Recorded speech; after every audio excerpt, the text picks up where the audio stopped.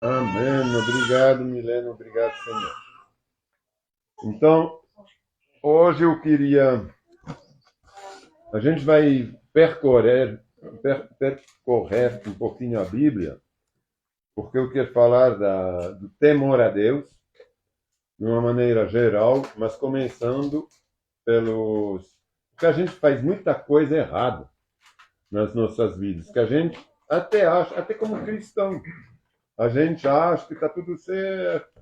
A gente nem presta atenção, às vezes, no que a gente, nos nossos hábitos, né? Que podem ser tremendamente errados. A gente nem presta atenção. Então, eu queria que a gente voltasse a ter mais temor à palavra de Deus.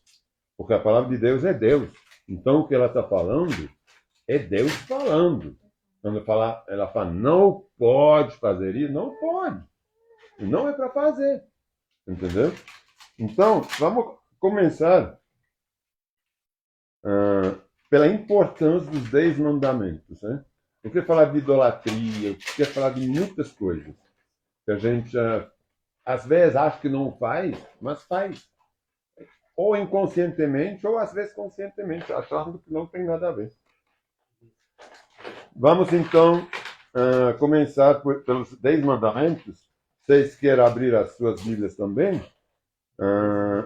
Está no Êxodo, é bem no início do Antigo Testamento, depois de Gênesis, né? Êxodo, capítulo 20, eu vim quase inteiro, mas eu vou só até o 18, né? Até o 17. Como vai? Vou tentar fazer tudo num culto só, vamos ver se dá. Se dá, se não dá, eu faço dois cultos. Certo? Encontraram Êxodo na Bíblia lá do Spurgeon, na página 90.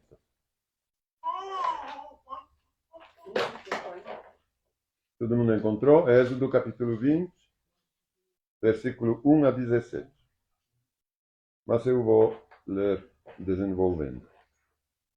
Então o Senhor deu ao povo todas essas palavras.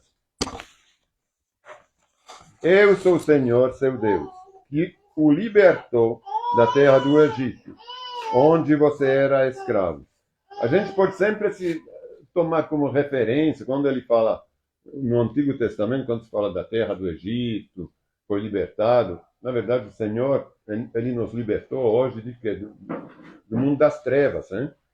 Eles eram escravizados pelos egípcios, pelo faraó, e nós somos escravizados pelo Satanás, né, hoje, no mundo. Então, também já tinha Satanás, mas era uma outra relação, né, que Satanás tinha com o povo. Aí vem os mandamentos. O primeiro mandamento, o primeiro de todos, ele começou por esse. Não tenha outros deuses além de mim. Não tenha outros deuses além de mim. Outros deuses pode ser muita coisa, hein? Pode ser cantor, pode ser um filósofo. Você estava falando desse Davi, como que chama? Milene, o David Leonardo, para não citar nome. Mas é verdade.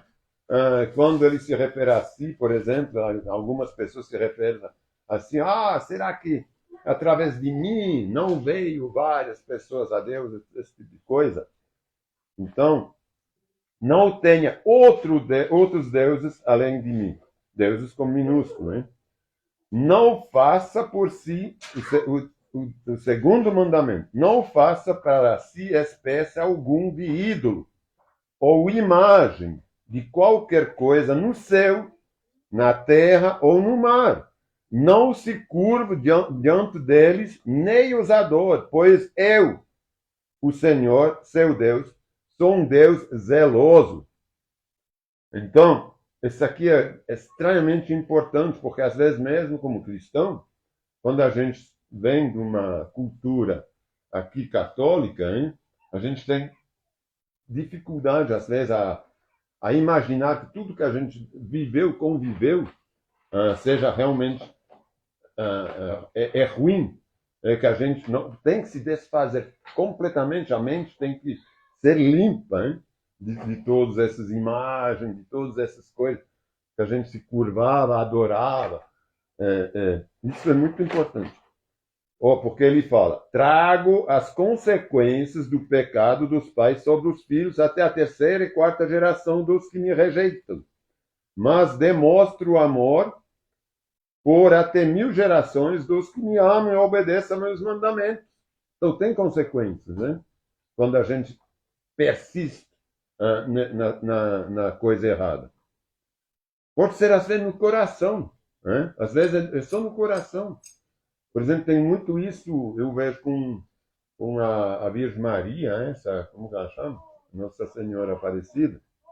Tem muito isso que as pessoas ainda, como cristão, não, mas a Nossa Senhora, né? Se refere a Maria como Nossa Senhora. É estranho isso, não é? Não usa o nome, terceiro mandamento. Veja que esses aqui são os primeiros, são os mais importantes praticamente para Deus. Ele começou por esses: não tenha outro Deus, não faça imagem. Não use o nome do Senhor, o terceiro, seu Deus, de forma indevida. O Senhor não deixará impune quem usar o nome dele de forma indevida. Por exemplo, pelo amor de Deus. Esse aqui é usar o nome do Senhor, hein? Pelo amor de Deus, não faz isso. Será que é realmente necessário de falar, misturar Deus em toda e qualquer situação, que às vezes não tem nada a ver? Porque ele não deixará impune quem usar o nome dele de forma indevida. É um mandamento. A gente é tão comum de falar às vezes, pelo amor de Deus, meu Deus, para com isso. A gente fala bastante. Não é? Mas é usar o nome de Deus ou não? Ou será que estou falando algo? Não, meu Deus, é Deus. Ele não gosta, é um mandamento de não fazer isso. Não é eu te proponho não usar. Não, um mandamento, o terceiro mandamento. A gente não se dá conta da importância, que é um mandamento. Não tem um mandamento que não seja um mandamento. Que a gente não precisa. Porque essa aqui a gente vai ver no Novo Testamento, eles continuam válidos. Válidos os mandamentos. Lembre-se o quarto. Lembre-se de guardar o sábado, fazendo dele um dia santo. Vocês têm 6 dias na semana para fazer os trabalhos habituais. Mas o 7º dia é o sábado do Senhor, seu Deus. Na verdade, ele fala que a gente tem 6 dias para trabalhar. O nosso domingo, porque é assim, mas não é necessário ser nem o domingo nem o sábado, porque Shabat quer dizer o dia de descanso, não é um dia especial da semana. A gente tem que ter um dia para descansar. Isso. Como está escrito aqui, vocês têm 6 dias na semana para fazer os trabalhos, mas vocês têm que parar. É um mandamento, vocês têm que consagrar ao Senhor. E quando você para, não é para ir para a rei.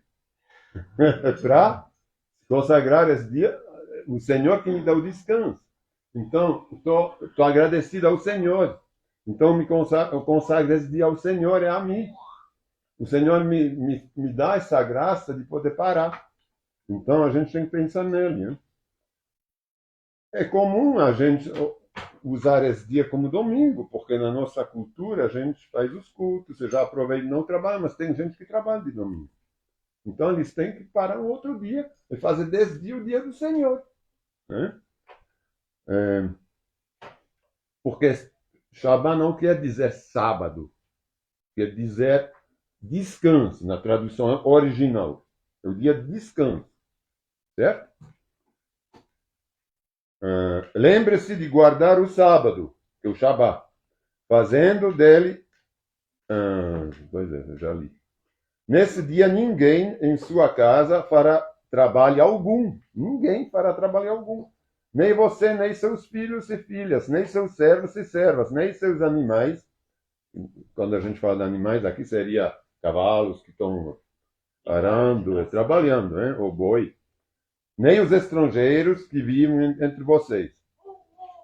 Agora, tem uma coisa em relação a trabalho, todos esses tipos de coisas que ele está falando aqui, no Novo Testamento, Jesus, ele não aboliu o sábado, ou o dia de descanso, mas ele fala que a gente é dono, que a gente tem autoridade sobre o sábado. Não é o sábado que é senhor da gente. Sim, exatamente. Então, o que a gente tem que fazer, ele fala também que ninguém vai deixar uma ovelha se perder, porque o dia de descanso, hein?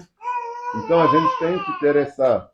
Lá era a lei, mas Jesus ele fala, na verdade, muito mais, porque ele colocou o amor antes da lei, entendeu? Acima da lei, quer dizer. Então ele fala, por exemplo, a gente vai ver depois. O Senhor fez os céus, a terra, o mar e tudo que neles há, em 6 dias. No 7º dia, porém, descansou. Por isso o Senhor abençoou o sábado e fez dele um dia santo. Agora o 5º mandamento. Honre seu pai e sua mãe. Assim você terá vida longa e plena na terra que o Senhor, seu Deus, lhe dá. Isso aqui é um mandamento. Como que a gente honra o pai e a mãe? O pai e a mãe, o fato de honrar, tem às vezes, e a gente está conversando sobre isso, né? Tem às vezes que não dá para honrar o pai e a mãe. Porque o pai e a mãe, ou a mãe, exercitam ou fazem coisas que não tem nem como honrar o que eles fazem ou representam às vezes. Mas a gente pode honrar dessa maneira. Falar, tudo bem, meu pai, por exemplo, a minha mãe, ela faz isso que é de Satanás. Pode ser, sei lá, gente que dedica a vida deles para fazer trabalhos, para sei lá de quê, são pai de santo, sei lá o quê, que trabalham com as trevas, ou que fazem coisas que realmente são contra tudo que é palavra. Mas mesmo assim a gente pode falar assim, meu pai ou minha mãe, eles precisam do Senhor. Então, eu respeito eles mesmo. Uma coisa é respeitar, a honra é dar respeito, não é? Então eu posso respeitá-los, mesmo sabendo que eles fazem coisa errada. Mas na visão, na esperança, colocando eles nas mãos de Deus, na esperança que eles mudam. Porque se eu simplesmente desonra e falo, não, vai para lá, sei lá, não quer saber nada, então a gente não está ajudando. A gente não está amando nem nos próximos. A gente não está cuidando nem como se fosse nos próximos. Então, se a gente quer honrar pai e mãe, segundo a palavra, mesmo fazendo coisas erradas, a gente pode colocar eles nas mãos de Deus. É uma forma de honrar. E não rejeitar. Agora, claro que a gente não vai honrar falando, sim, mas não ter mágoa nem raiva. Respeitar uma pessoa que faz coisa errada, que precisa de Deus. Hein? Porque, primeiramente, é um mandamento também. Então, a gente tem que encontrar uma forma de honrar. Aí, não mata. Isso aqui é claro, hein? Não mata. E pronto, acabou. Não cometa adultério. Esse aqui é claro também. Quem está, de vez em quando, olhando para uma mulher, ou sei lá o quê, casado, hein? Seja de papel ou não, casado é casado, hein? Para Deus, não precisa de papel. Então, olhando por um homem, né, quando se trata de mulher, não pode, mas nem olhando, porque ele fala, você não pode nem cobiçar, né? Jesus fala depois. Aqui também. Não dá falso testemunho contra o seu próximo. Isso aqui é uma coisa terrível, é pior que uma mentira, né? Dar um falso testemunho, hein? A nossa palavra é a palavra. A gente não tem que... Às vezes, foi muito bom, a gente teve uma conversa, não vou citar nome, mas foi muito bom, porque isso me despertou umas coisas, entendeu? É sempre muito bom. A gente não pode mudar a nossa opinião, nosso coração, nossa mente, pelo bom entendimento de uma causa que a gente acha boa ou não. Um testemunho é um testemunho. Né? Ele tem que ser, do início ao fim, sempre verdadeiro. Ele não pode, não, porque eu dei uma mentira lá, porque era para boa causa. Existe mentira de boa causa? Não existe. É uma enganação. É enganar, hein? Não pode mentir, não, porque... Tem essas coisas que a gente fala, mas não, nem é mentira, isso é outra coisa. Por exemplo, quando a gente estava falando hoje de manhã de ser gentleman. Eu estava falando, mas não pode mentir, gentleman é uma coisa. Gentleman se não quer falar na lata ou na cara que uma coisa é ruim ou boa, sei lá, você não vai falar que é bom quando é ruim, ou ruim quando é bom. Então, esse aqui não é ser gentleman. Gentleman, quando a gente fala, não, por exemplo, a Ana faz um bolo. Ela trouxe um negócio da avó. Vou pegar esse exemplo, todo mundo já sabe esse exemplo. Todo mundo já sabe esse exemplo. Então, posso pegar, não posso? Aí ela falou que não, mas eu vou pegar porque eu já falei. Nossa, primeiro para carregar um doce lá da Bahia, para chegar aqui e ligar para que negócio ruim, é de sebo, é de carne. Entendeu? Então, agora essa aqui não é. Aí me fala, não, mas tem que ser gentleman.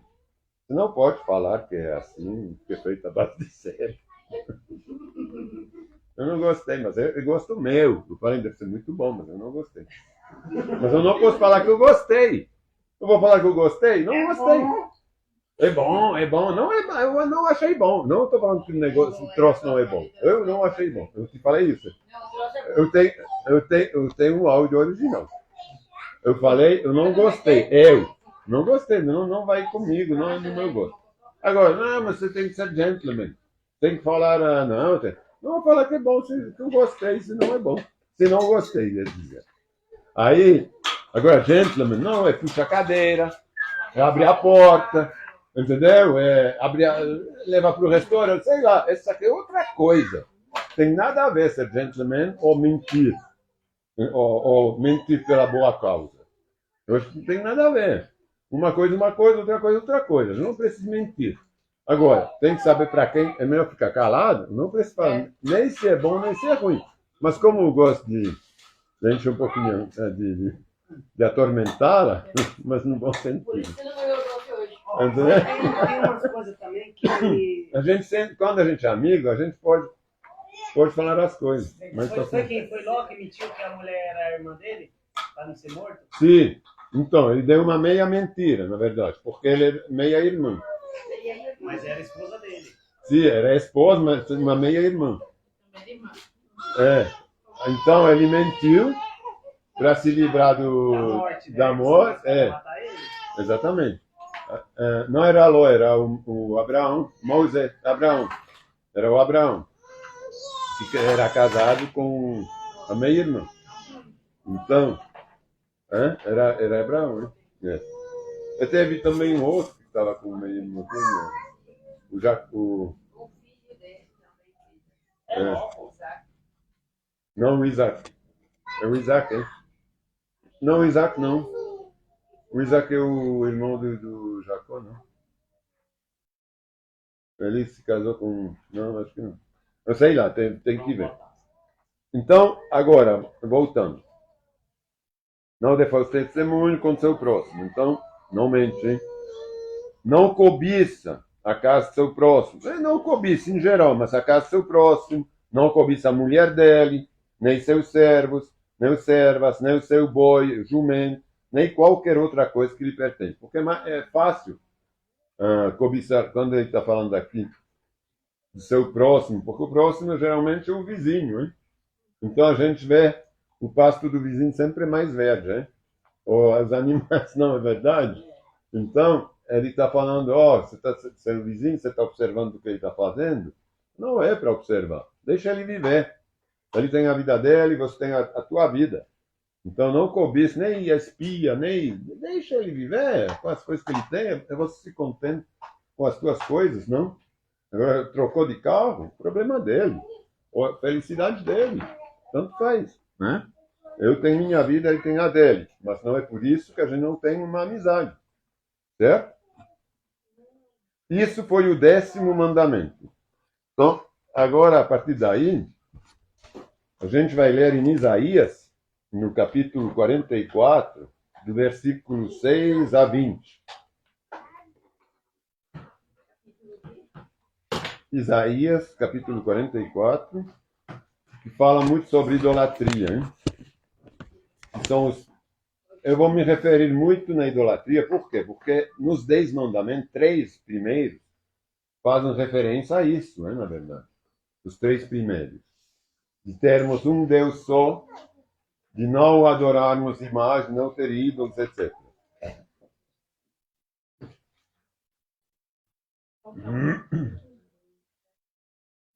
Isaías é página 836, na Spurgeon.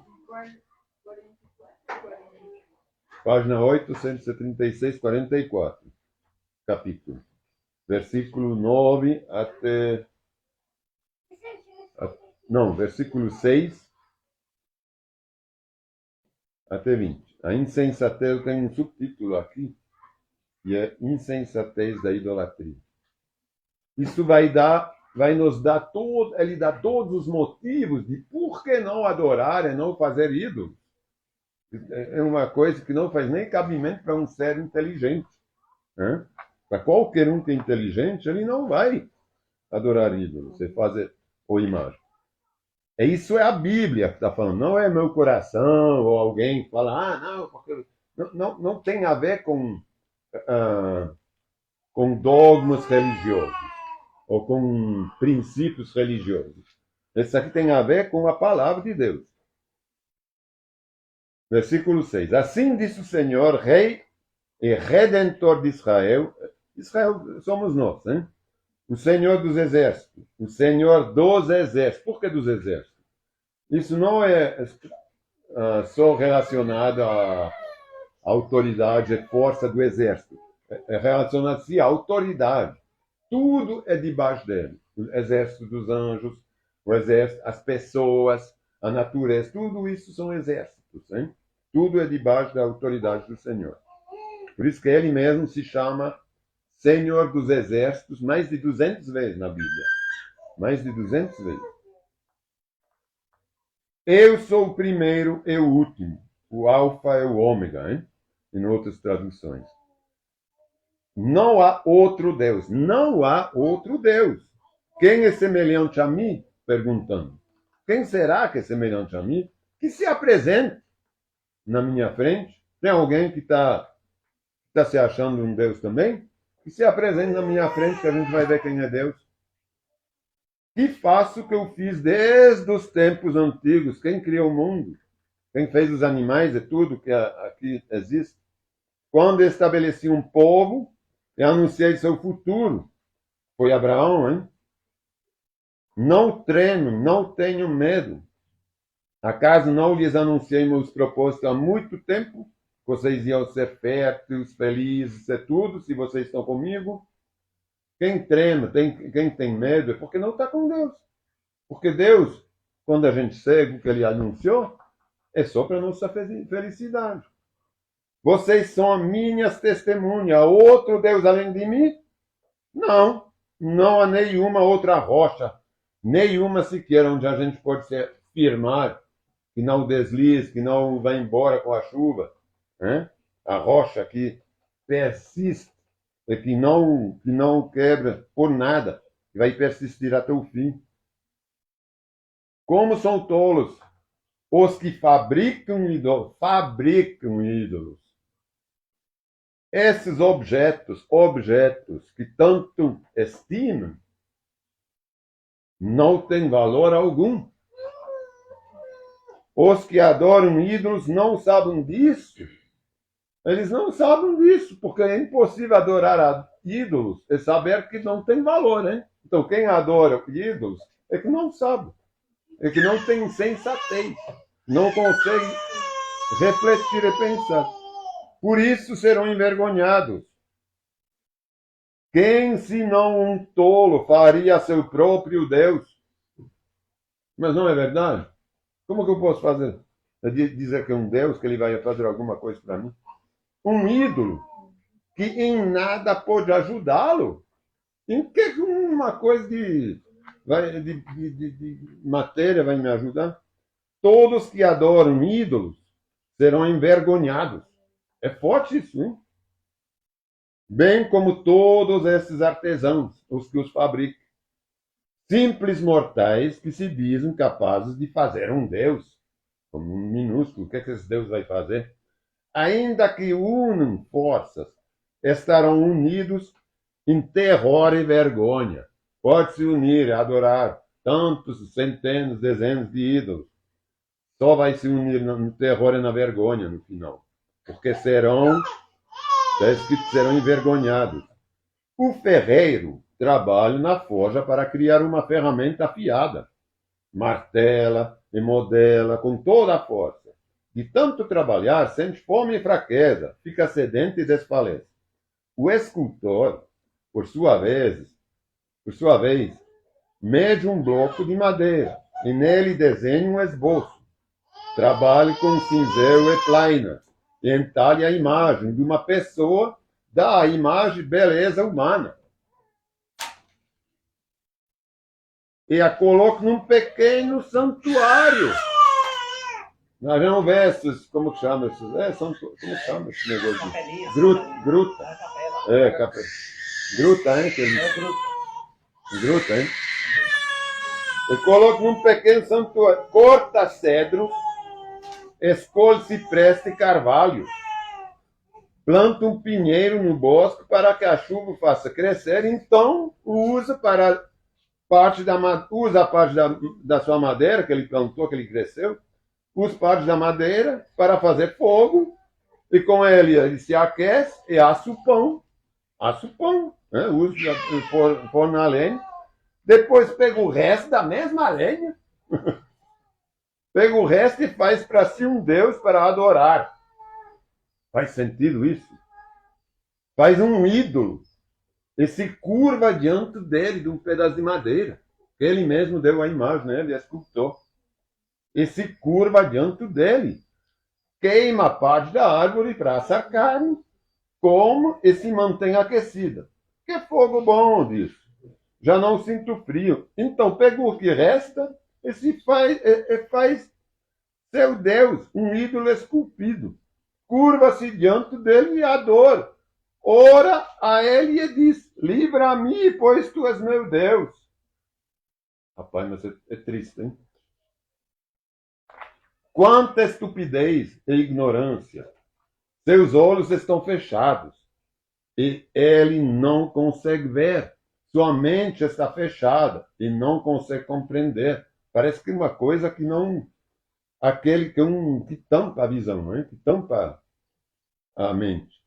Aquele que fez um ídolo, o ídolo, não para e pensa. Ele não consegue parar e pensar. Ele não pensa. Queimei a metade da madeira para me aquecer e para assar o pão e a carne. Como é possível o restante ser um Deus? Ele não consegue parar para nem pensar isso, hein? Como é possível? Aí vou me curvar para adorar um pedaço de madeira? Eu mesmo fiz um Deus. Tal pessoa se alimenta de cinzas e se engana a si mesma. Confia em algo que em nada pode ajudá-la. E, no entanto, não é capaz de perguntar: será que este ídolo que tenho em mãos não é uma mentira? Não é? Isso para enfatizar muito bem os 3 primeiros mandamentos da palavra. Eu sou Deus, não há outro. Eu não faço imagem nem Deus escultado. Sim? Esse aqui enfatiza muito bem essa parte do Êxodo, que a gente viu dos 10 mandamentos. Vamos continuar em Zacarias, capítulo que fala a mesma coisa, mas são 2 versículos que são muito enfáticos também, porque lá ele fala também, ele culpa as pessoas que estão induzindo esses outros, os fez a fazer isso.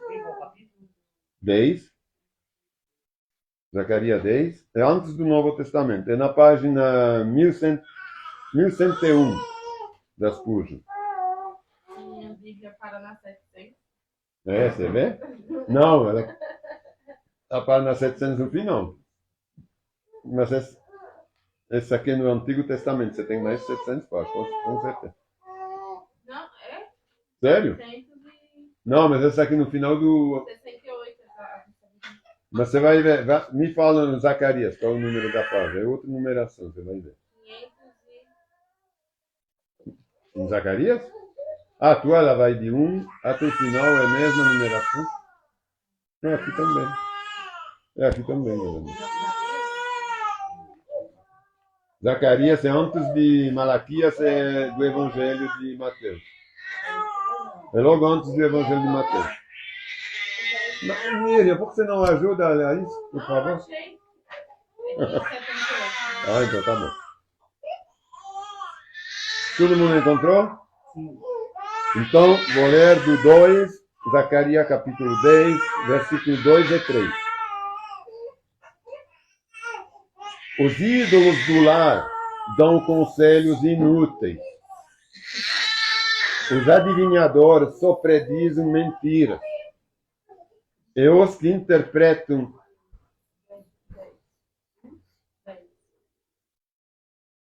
Em Zacarias? 10, capítulo 10, versículo 2 e 3. Então vou reler. Os ídolos do lar dão conselhos inúteis. Os adivinhadores só predizem mentiras. E os que interpretam sonhos proclamam falsidade que não trazem nenhuma consolação. Tem que tomar muito cuidado com esse negócio de sonho. Ah, eu sonhei, sei lá o que, aquela coisa. Isso não é de Deus, não. Então, tem duas coisas. Ou é do capeta, porque ele usa os sonhos também. Deus também usa os sonhos, calma aí. Ou é também o que é mais normal, racional, é uma reorganização do cérebro, né? Dos nossos pensamentos. Os sonhos são feitos para descansar, para reorganizar. É como um HD, quando ele trabalha. Você já viu o HD trabalhar? Hoje a gente não vê mais isso, porque é tudo celular, é solid state. Não é mais o HD que vai reorganizar. A gente não vê, mas a gente via o computador trabalhar, sem fazer nada. Vocês lembram disso, os mais velhos ou não? As luzinhas só piscando, porcaria, juntando as coisas, né? Das partições, né? Ele ia tirar todos os espacinhos que tinha por dentro das coisas para jogar tudo num espaço só e juntar as informações e ter um espaço bonito livre, né? Para ser mais rápido. E no cérebro ele faz isso. Ele, na verdade, ele está cheio de espaço, a gente viu uma coisa, viu uma outra coisa, entre essas duas coisas não tem conexão, tem um espaço livre. Aí ele pega esse espaço livre, ele junta ali, aumentar a nossa memória de novo, joga tudo no mesmo... É uma reorganização. E quando reorganiza, ele passa uma coisa para outra, a gente lembra disso, e a gente vai sonhando. Os médicos falam. Agora, quando é de Deus o sonho, Deus pode usar, não se usa para sonho, mas é sempre claro, porque Deus fala assim, que onde a dúvida, onde tem confusão, não é dele. Então, a gente não precisa de alguém para interpretar. Como tinha no Antigo Testamento, ele se usou de Daniel para interpretar os sonhos de outras pessoas, ou de Bam, para mostrar que ele era de Deus e que os outros profetas não eram de Deus, não. Então, ele não só interpretou, ele falou qual o sonho que ele tinha, como que chama lá, de Babilônia. É, o rei lá. Aí, ele deu o sonho dele, ele ainda interpretou. Mas esse aqui foi no Antigo Testamento para mostrar que Deus era Deus para esse povo, hein? Que ele era de Deus. Então, a gente não pode confundir as coisas. Eu não pode falar, não, porque Deus agora, ele me deu esse sonho, eu interpretei assim. Não, ele não precisa provar que ele é Deus hoje mais não. Hoje a gente tem o Espírito Santo. Então, o Espírito Santo, ele nos dá, ele não precisa de ninguém para interpretar sonhos. Ele nos dá claramente o que Deus quer passar para a gente. Então, se ele o sonho, vai ser um sonho. Não, nunca vai ser. A gente vai ver lá. Eu vou só ler a última sentença aqui para justificar o que eu vou falar agora. Os que interpretam sonhos proclamam falsidades que não trazem nenhuma consolação. Por isso, meu povo anda sem rumo, como ovelhas perdidas que não têm pastor. Então, ele não traz nenhuma consolação quem interpreta sonho. Agora não, Deus, ele nunca vai fazer isso justamente. Ele não vai trazer terror num sonho, ele não vai mostrar acidentes, porque ele nos livra dos acidentes. Ele não vai nos falar, não pegue esse ônibus, porque esse ônibus vai capotar. Não, o contrário, se você está dentro desse ônibus, ele não vai capotar, porque tem alguém de Deus. Esse aqui é para quem não está com Deus. Tudo bem.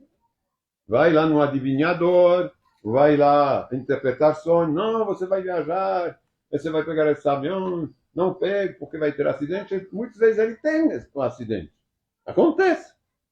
Por quê? Porque, primeiramente, quando você vai no adivinhador, ele te fala, não.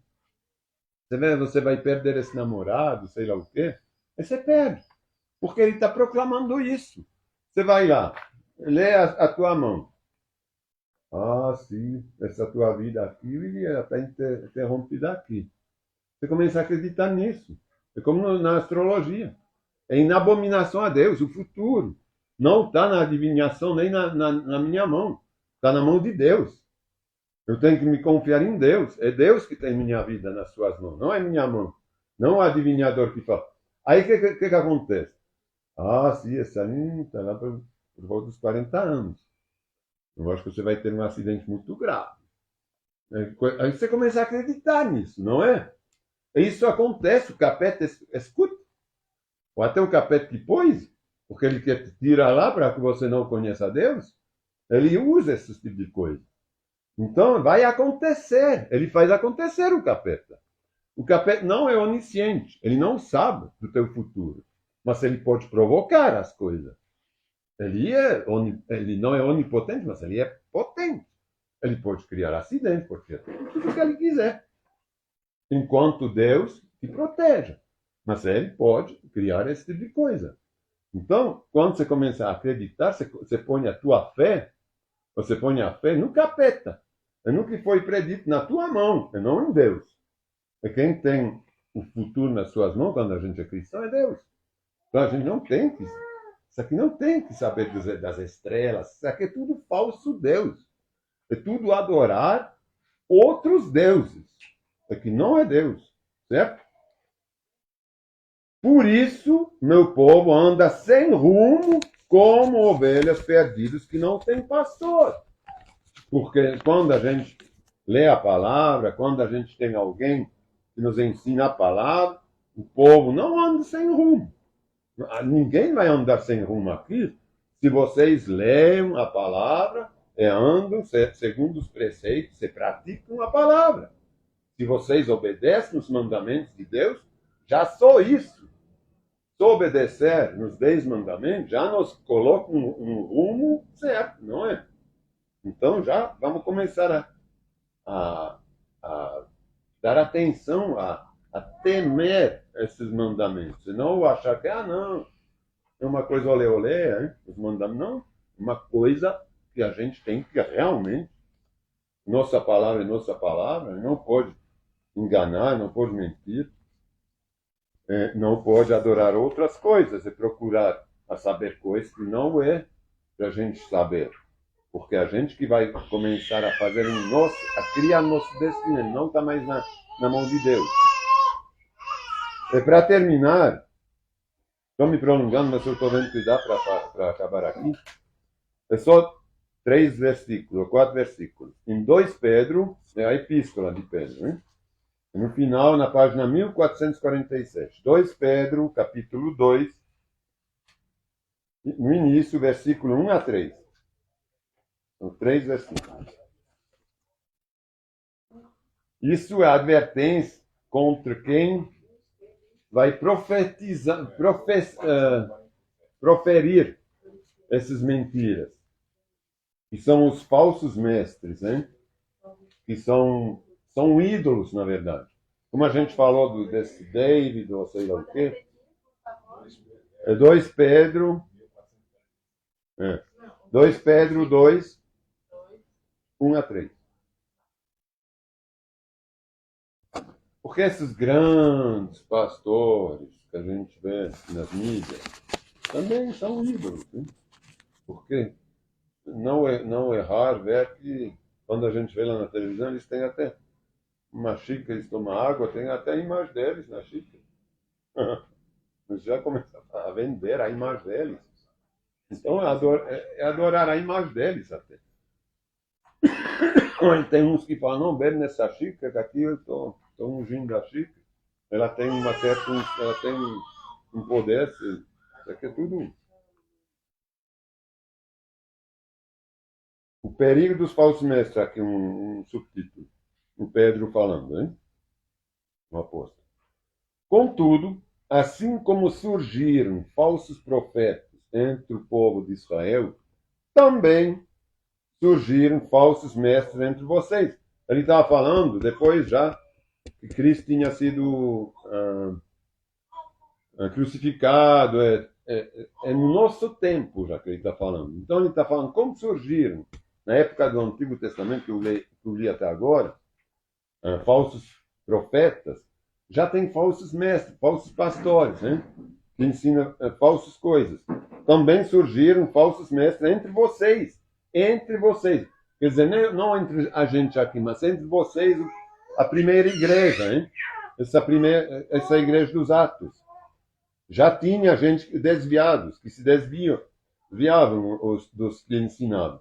Eles ensinarão astutamente heresias. Astutamente maliciosamente, hein? Eles vão inventando coisas. Heresias, que são coisas completamente falsas. Destrutivas. E até negarão o mestre que os resgatou. Até negarão o poder de Jesus Cristo, hein? Que nos resgatou. Trazendo sobre si mesmos destruição repentina. Muitos seguirão a imoralidade vergonhosa desses mestres, e por causa deles o caminho da verdade será difamado. Em sua ganância, inventaram mentiras astutas, maliciosas, para explorar vocês. Mas eles já foram condenados há muito tempo, e sua destruição não tardará. Foram condenados há muito tempo, por quê? Porque já foi anunciado tudo isso, hein? Você vê que tudo isso que ele falou há 2000 anos, o Pedro, no início da igreja, é exatamente o que a gente está vivendo hoje.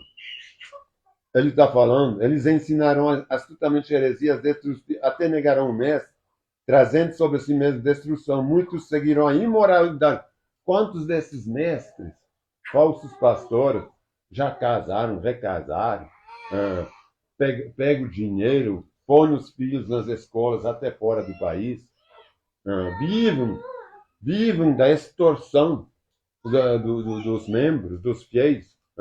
Como ele está falando aqui, vivem da exploração, para explorar vocês. Mas eles já foram condenados há muito tempo. Ainda podem continuar a se vangloriar, a mentir frente aos fiéis, usando cheio de astúcias, hein? Está escrito aqui. É verdade. Porque aonde está escrito que a gente vai ter que pagar dízimo para ser salvo? Não. Jesus, ele veio nos resgatar. Ele já nos resgatou. A gente não tem dízimo a pagar para ser salvo. Tudo bem que a gente pode ajudar, mas quando fala de ajuda, não é ajudar a igreja como o templo, é ajudar os pobres. Quando fala de ajudar a igreja não é um templo. Em lugar nenhum no Novo Testamento é escrito que a gente tem que ajudar o templo para construir dependências, para fazer sei lá o que. Isso não existe. Ajudar a igreja é ajudar os mais pobres entre a gente. É isso a ajuda. Comprar cesta básica, sei lá. Se o Elias precisa de alguma coisa, não sei que você não precisa, mas a gente se junta para ajudar, como fez o Paulo quando ele se juntou para ajudar a igreja de Jerusalém, que a gente até viu hoje que ela foi perseguida. A gente viu hoje no curso bíblico, hein? Que ela foi disseminada. Por quê? Então ele pediu, por exemplo, que isso aqui eles estão retomando hoje, quando Paulo, em dois lugares nas cartas que ele escreveu, ele pede ajuda, ele pede oferta, não dízimo, oferta, para levar para Jerusalém. Só que não, ninguém fala que foi uma vez só, porque a igreja de Jerusalém, os irmãos, está escrito que é para ajudar os irmãos de Jerusalém, mas foi uma vez. Ele pediu isso em 2 igrejas ou 3 igrejas, para poder levar, manda a gente levar para os irmãos de Jerusalém, porque estava precisando, porque lá também estava acolhendo muita gente que via para se refugiar, né? Ele estava precisando de gente, mas foi uma vez. Aí ele está usando, não, tem que dar para ajudar os irmãos. Não é assim, entendeu? Não é para o templo. Então, tudo isso, tem outros lugares aqui no Novo Testamento que falam sobre essas heresias, sobre essa malícia que os pastores, alguns pastores, estão usando algumas igrejas como templo, hein? Não como igreja. A igreja Corpo de Cristo, ela não tem que usar isso. A verdadeira igreja, ela é salva. Ela não tem que pagar nada para salvação. Não tem campanha de nada que ajude alguém a progredir na vida. Isso não tem nada a ver, em lugar nenhum na Bíblia a gente encontra isso. Essa coisa de fazer campanha para ter uma prosperidade, sei lá o que, isso não existe, simplesmente não existe na palavra. Tem que me mostrar onde está escrito isso. Não existe. Olhar, procurar, como você falou, hoje de manhã, procurar o reino de Deus. Em primeiro lugar, é pronto, a gente vai ser abençoado. O irmão também trouxe uma coisa que eu queria ler, até que eu quase esqueci, mas eu falei, eu vou ler. O irmão Rocha trouxe uma passagem em Provérbios 3, que eu achei maravilhoso também, que vai muito nisso também, que a gente está falando. A gente pode, só para terminar, então, em Provérbios 3, eu não sei o versículo, eu já vou encontrar. Provérbios 3,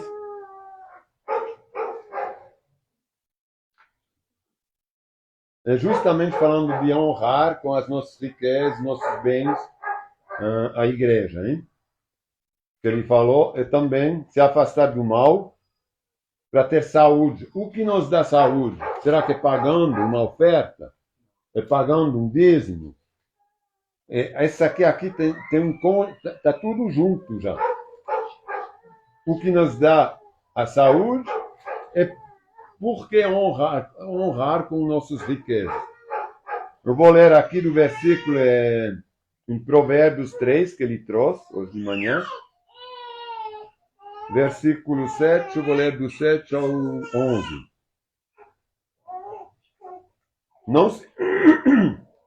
Não se impressione com a sua própria sabedoria. Tema o Senhor e afaste-se do mal.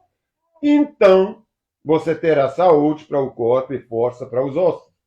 O que está dando saúde é força para o corpo e para os ossos. Temor ao Senhor e se afastar do mal. Praticar a palavra, não é? Não é que está aqui, honrando com as suas riquezas. Vai, o próximo versículo, mas não é isso que dá. Honra o Senhor com suas riquezas. O Senhor com as suas riquezas e com a melhor parte de tudo que produzir. Isso era o dízimo, hein? Então seus celeiros se encharão de cereais e seus tonéis transbordarão de vinho. Meu filho, não rejeita a disciplina do Senhor. Não desanime quando ele corrigir. Então não é fazer, eu vou pagar, vou dar uma oferta, aí eu não preciso, eu já fiz minha parte. Eu não tenho que praticar. Não. Quantos não tem assim? Meu filho, não rejeita a disciplina do Senhor e não desanime quando ele corrigir. Ele corrige através da palavra, não é? Como que a gente tem que praticar. E quando ele fala, honra o Senhor com as suas riquezas e com a melhor parte de tudo que produzir, e seus celeiros, essa aqui é o quê? Em primeiro lugar, procura o reino de Deus Está escrito, honra a Deus, o Senhor. Não está escrito, ó, vai levar lá para o templo. Não está escrito isso. Leva para o templo. Tudo que você tem de bom, você vai levar lá para o templo. Até que na época eles levavam para honrar o Senhor. Porque tinha os levitas a nutrir. Mas hoje acabou tudo isso. Aqui nunca está escrito, em lugar nenhum está escrito que é para fazer prosperar o templo, para fazer prosperar um levita, para alguém prosperar, pôr os seus filhos na melhor educação. Isso não tinha nem no Velho Testamento. Era um povo dedicado a Deus, era um ministério. Eles viviam com o que eles recebiam, pronto, acabou. Ninguém prosperava com isso.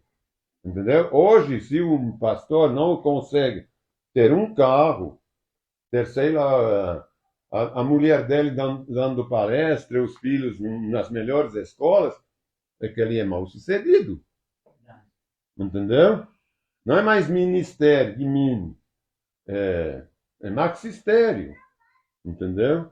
Então, a gente tem que tomar muito cuidado a voltar para as origens, a voltar para a prática da palavra, para o mínimo do mínimo os 10 mandamentos. Se a gente está dentro desses 10 mandamentos, a gente já entende tudo o resto.